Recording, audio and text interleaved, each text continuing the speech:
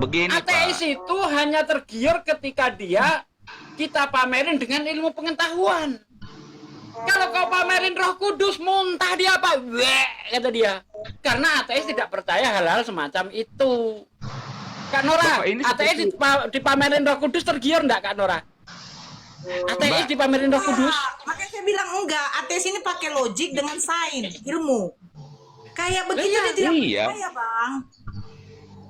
Ateis Iya, juga percaya saya- Tuhan, hayalan. Begini, Bang. Bahkan mimpi saja itu kalau tidak masuk akal itu mereka tidak akan yakin itu. Benar.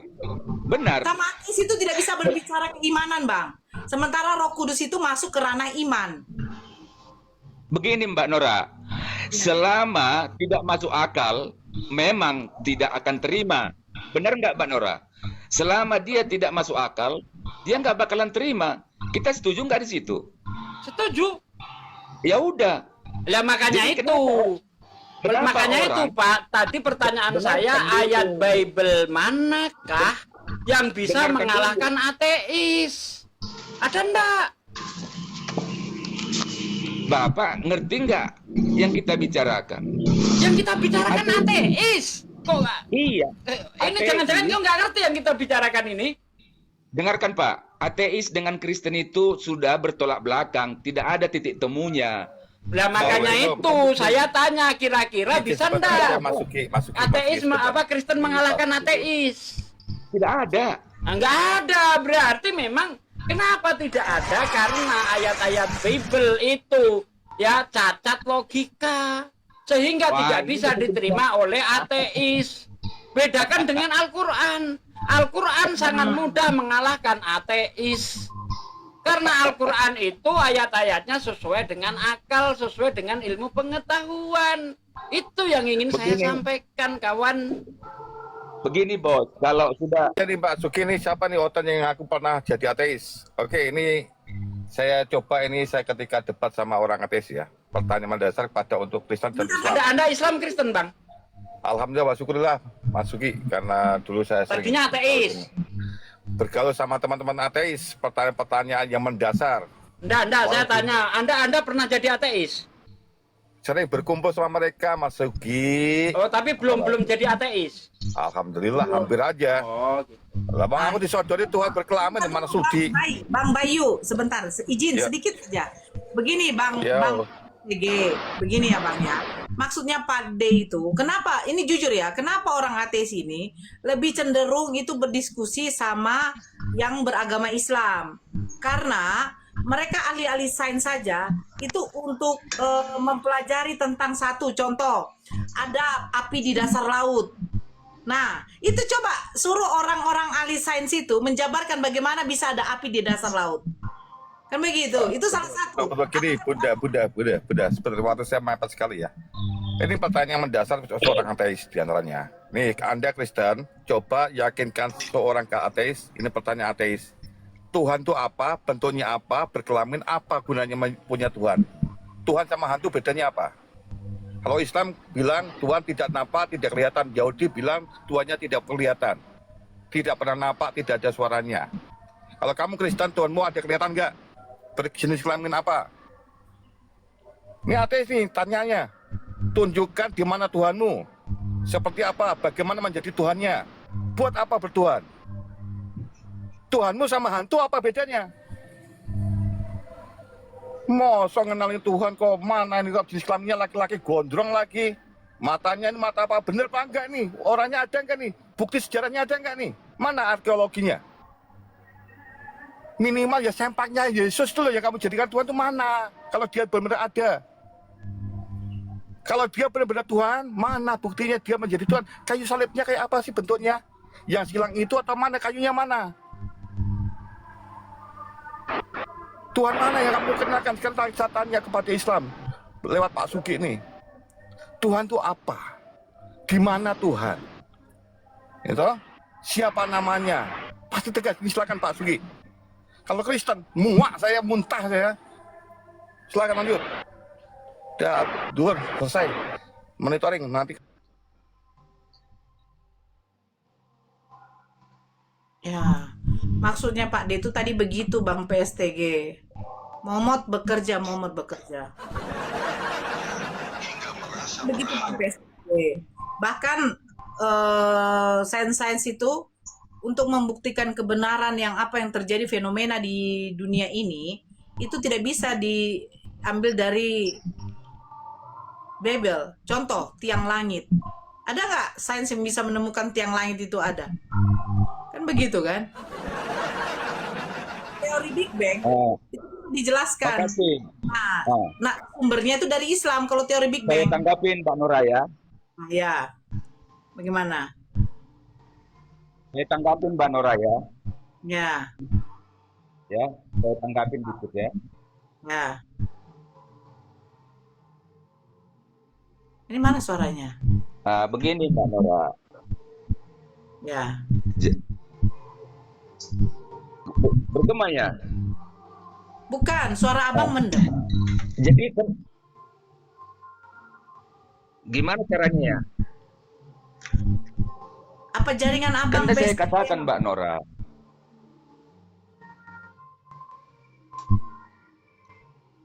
Gimana nih? Enggak, mereka aja lah di situ. Putus-putus atau sayang jaringan ya? Coba. Mas, saya ini dulu, saya turun baru naik lagi ya. Sebentar Oke, ya. oke. Oke, Bang. Dicoba dulu. Ya, ya, siap. Rame anak-anak lomba. Rame lah anak-anak lomba. Ibu-ibunya nanti tarik tambang. Aku ogah nggak ikut aku tarik tambang. Tarik tambang. Belum, nanti selesai. Mungkin zuhur baru selesai. Di zuhur sebentar dulu, sholat, selesai sholat, lanjut lagi anak-anaknya. Rame ku tengok. Ikutlah Kak. Enggak, aku dibilang, aku diajak itu tarik tambang. Oh, tarik tambang. Iya. Tapi coba kalau lombanya makan gitu ya kan. Tarik tambang oga. Tapi kalau lomba nampar mau aku. Satu aku ya, aku paling depan. Ya, abang yang tadi mau naik lagi, coba kondisikan jaringannya. Bunda Nora sendirian aja. Hey, kalian pikir cuman saya yang badan besar di komplek ini kan? Ada yang lebih besar dari saya, jangan kalian kira. Badan saya ini udah termasuk kecil loh. Bu, saran saya Ya. dari itu siapa yang PSTG itu Ya. kasih kesempatan aja untuk menyelesaikan argumennya, walaupun nanti di akhirnya mungkin terdengar konyol atau enggak. Jadi setidaknya belum nyampe argumennya secara penuh udah dipotong gitu. Nanti kan itu jadi ada stempel jelek juga gitu. Ya biarin, malah bagus. Kalau saya ada kecenderungan mau sekonyol apapun argumennya ya sampai tuntas dulu aja gitu. Nanti kan terdengar jelas gitu ya, kayak gitu sih Bu. Itu sih saran dari saya. Ya. Saya kan tadi cuma ngasih tahu kalau ada orang yang ngaku ateis. Itu yang saya tadi kasih tahu, Bang. Tapi sebenarnya saya pengen tuh diskusinya tuh jangan ke situ. Dia beragama, saya beragama. Ayo kita di sini memperbandingkan ajaran agama kita. Kok usah lari ke ateis? Nggak ada poinnya ke situ. Kalau dia mau larikan ke ateis karena omongan saya ada yang menyamar sebagai ateis, harusnya dia harus pahami dulu konsep ateis itu seperti apa. Nah, kalau ada Islam naik, ya, dia bukan Islam, dia ngaku dia adalah ateis, baru dia menyerang ke Kristenan. Itu saya akan juga katakan bahwa kau menyamar. Paham ya Bang Story ya? Itu berarti menyamar gitu loh. Makanya saya bilang, ayo oknum. Kalau memang kamu punya agama Kristen ya Kristen, Islam ya Islam, Buddha, Hindu, Konghucu, ya silakan. Kita di sini kan konteksnya tuh berdiskusi. Bukan gontok-gontokan menang. Gitu loh. Kalau ingin cari kebenaran ya startnya juga harus benar, ya itu jujur, setidaknya jujur gitu. Nah, benar.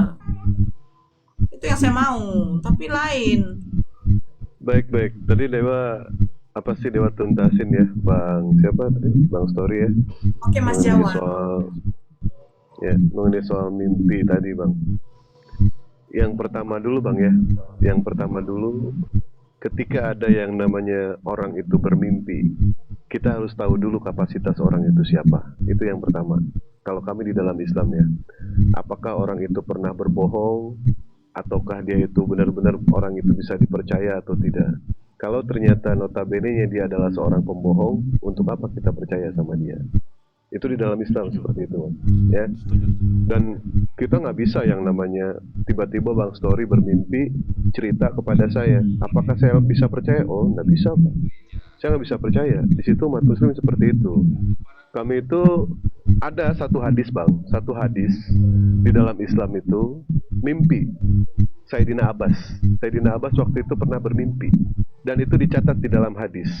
Kenapa kami percaya dengan mimpi beliau? Karena kita melihat siapa beliau, bagaimana track record beliau. Beliau tidak pernah meninggalkan sholat, selalu yang namanya berpuasa, bahkan selalu yang namanya sholat sunnah gitu kan, selalu yang namanya sholat malam. Makanya kami percaya dengan orang seperti itu. Tetapi kalau misalkan notabene-nya dia itu adalah orang yang tidak dipercaya, wah, ini kita harus punya yang namanya sikap skeptis di situ. Tetapi ada pula yang mengatakan seperti ini, Mas. Ketika yang namanya orang itu pernah berbohong atau seorang pembohong itu kan, ketika dia itu berbohong, kita itu percaya, Mas. Dan kita itu percaya. Ketika dia berbohong, kita percaya. Dan ternyata kebohongannya dia itu ternyata memang bohong. Nah, disitulah kita kecewa. Tetapi ketika dia berkata benar, kita tidak percaya. Nah, itu repot juga seperti itu. Maksudnya cuma dibulak-balik kata-kata aja itu. Nah, mengenai soal mimpi ini, Mas, mimpi ini tidak ada satupun orang Kristen yang menceritakan mengenai soal proses dari ateis tiba-tiba menjadi seorang Kristen.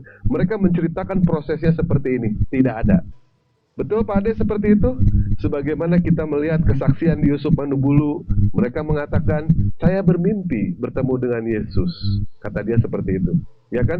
Saya diajak jalan-jalan. Terus saya bermimpi melihat Yesus tidak menggunakan baju, tidak menggunakan celana, cuma menggunakan kolor saja.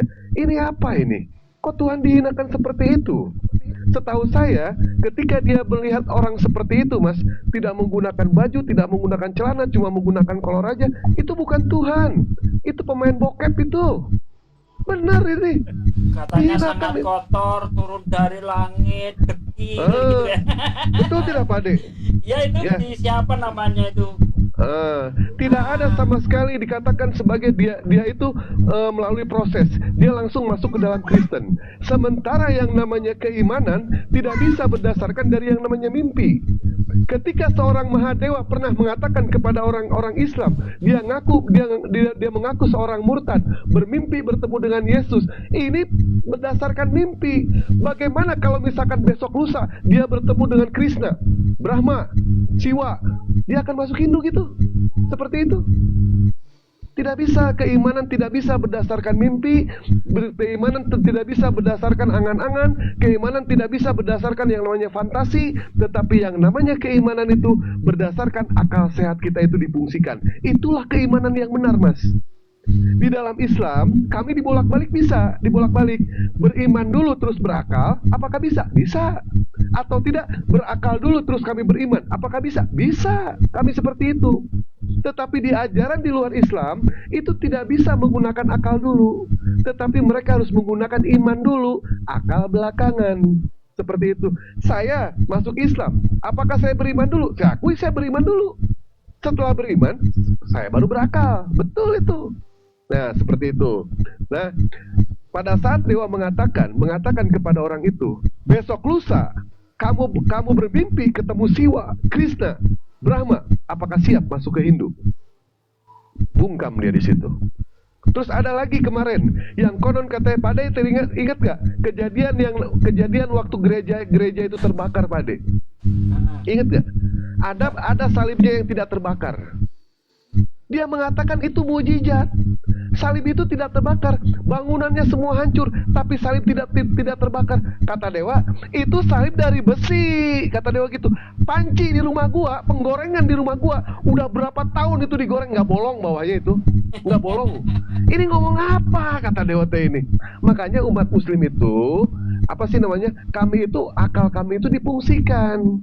Tidak bisa yang namanya keimanan berdasarkan mimpi, keimanan berdasarkan perasaan. Nggak bisa. Ketika yang namanya agama kita itu dihinakan, lantas keimanan kita luntur gitu. Itu perasaan namanya. Nggak bisa seperti itu. Pada saat Nabi Muhammad itu dimuliakan, iman kita bertambah. Oh itu perasaan. Nggak bisa.